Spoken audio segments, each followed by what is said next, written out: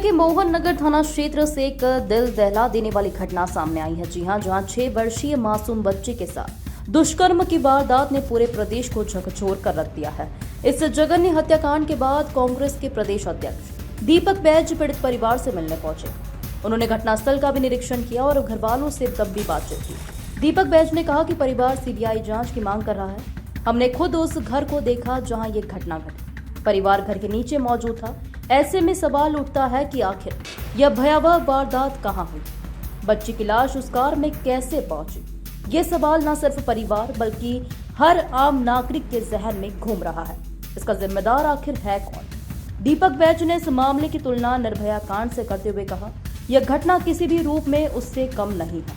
बच्ची के साथ जो बर्बरता हुई है वो पोस्टमार्टम रिपोर्ट में भी सामने आई है, लेकिन सबसे बड़ा सवाल यह है कि घटना दिन में हुई और बच्ची कार में कैसे पहुंची। यह रहस्य अब तक बना हुआ है। उन्होंने कहा कि परिवार को स्थानीय पुलिस पर बिल्कुल भी भरोसा नहीं है और इस वारदात में एक से ज्यादा लोग शामिल हो सकते हैं। पुलिस निष्पक्ष जांच नहीं कर रही है। दीपक बैज ने कहा, परिवार की 3 मुख्य मांगे सामने आई हैं। इस मामले की सीबीआई जांच करवाई जाए। कई लोगों की संलिप्तता की आशंका है। सिर्फ एक व्यक्ति जिम्मेदार नहीं, दुर्ग पुलिस की भूमिका पर भी सवाल खड़े हो रहे हैं। 6 तारीख की घटना थी और जहां रामनवमी चल रहा था, एक बच्ची कन्या भोग खाने के लिए तैयार थी।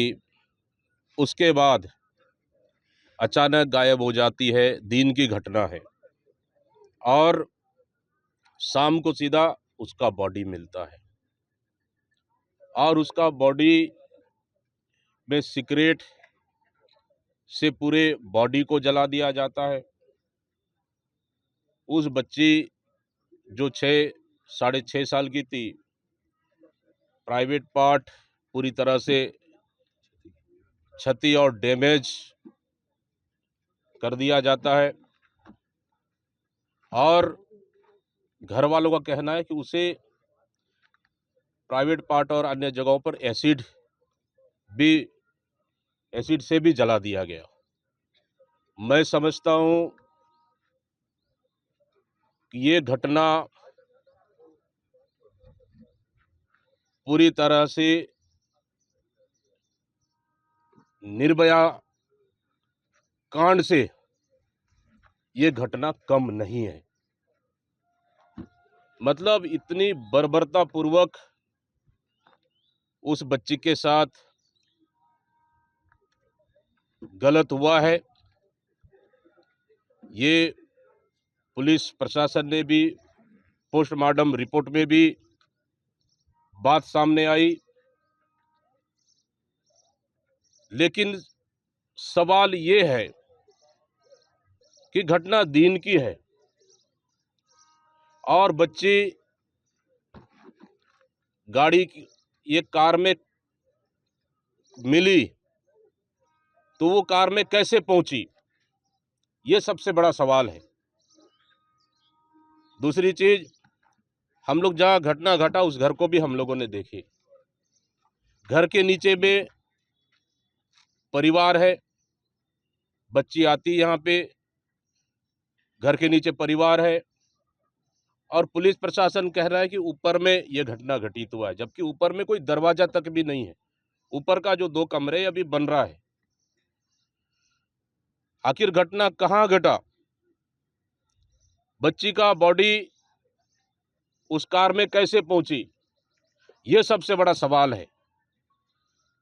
ये सवाल अभी भी परिवार वालों के दिमाग में और सभी लोग दिमाग में अभी भी यही चल रहा है कि आखिर इसका जिम्मेदार है कौन। परिवार वालों से मेरी लंबी चर्चाएं हुई। परिवार वालों का कहना है कि स्थानीय पुलिस पे बिल्कुल भी भरोसा नहीं है। नंबर 1। नंबर 2 कि हमें न्याय चाहिए। ये घटना किसी एक व्यक्ति नहीं कर सकते। इस घटना में अन्य और लोग भी शामिल होंगे, ये घर वालों का कहना है।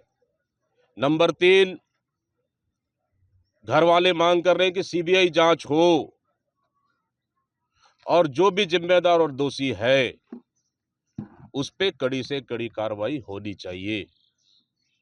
और उसके बाद पुलिस प्रशासन घर में, और एक छोटी बच्ची थी उसको 2:30 बजे रात को उठा के ले जाते हैं, उसके साथ बर्बरतापूर्वक मारपीट किए। घर में बच्ची के दादा है, उनके साथ बर्बरतापूर्वक मारपीट किए। और एक महिला और है, बच्ची की बुआ, दादी बुआ, उसके साथ भी बर्बरतापूर्वक मारपीट किए। जिस तरह छत्तीसगढ़ प्रदेश में लगातार घटनाएं नहीं रुक रही है और घटना होने के बाद